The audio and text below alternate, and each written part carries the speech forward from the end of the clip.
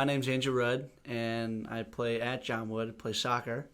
I'm a winger, so I'm on the side. I run up and down, and I play a little bit of defense sometimes. It was my junior year summer, and I was coming up to Quincy to play in a golf tournament for the JPGA, and I got second out of three people, so it was actually pretty awesome.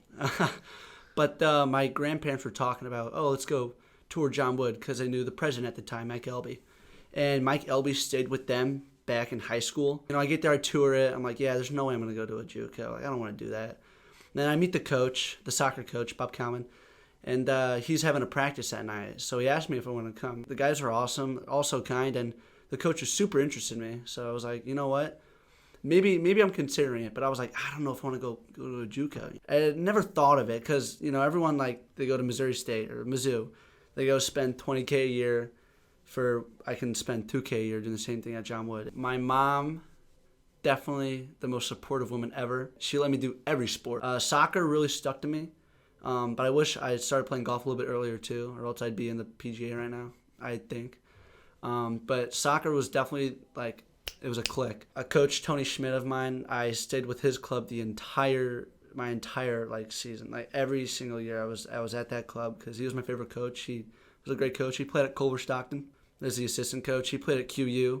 His daughter played at QU. And then we got some other coaches that also played at QU. Really, I guess Quincy's kind of been in my blood, I guess you could say. Not John Wood at all. I had no idea about John Wood. I always wanted to go to QU, but that's kind of where the start was. It's like, oh, I want to end up at QU. That is my goal. I want to end up at QU. Coming to John Wood, I was like, okay, I'm going to be staying with an English kid and a Brazilian. I wonder how that's going to be. A lot of nationality, a lot of diverse people. I'm adapting to the culture, I'm getting used to it. The chemistry with all the guys at the beginning, none. It takes time to get used to. As practices go on, there's going to be fights, there's going to be this and that. But the end goal is how the team is going to be at the end of the season and who's still there and who still cares. And we still got a bunch of guys and they love John Wood. And they're not leaving, they're staying, which is nice. It's nice that, there's backbone to this.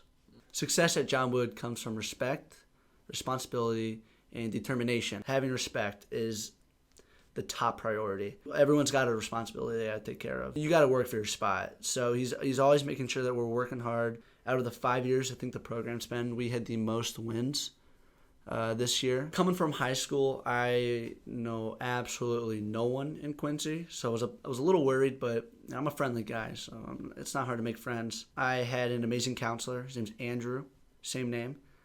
So he got me set up with classes. I was trying to manage soccer and education. It's definitely another workload from high school, but John Wood, it's a helping hand. Everyone's there for you. We got counselors. We have people you can go to, people you can talk to.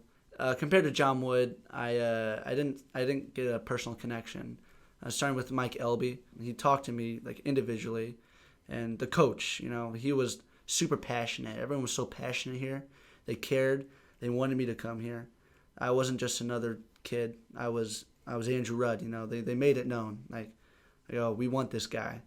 I had 5 goals this season. One was against QU, the dream school, so that looked good. 4 of the 5 were headers, and I didn't score my first goal with my foot until one of our rivals against Parkland away. We won 2-1. That was a big game. I'm glad we won. And then we went 1-1 with Heartland, which was number 1 in our conference, number 1 in the nation at the time. That definitely gave the team a lot of confidence, knowing that we can compete. We just got to keep our mind to it and know the backbone, know where we're coming from, and then staying humble 100%. No one's better than anyone, so.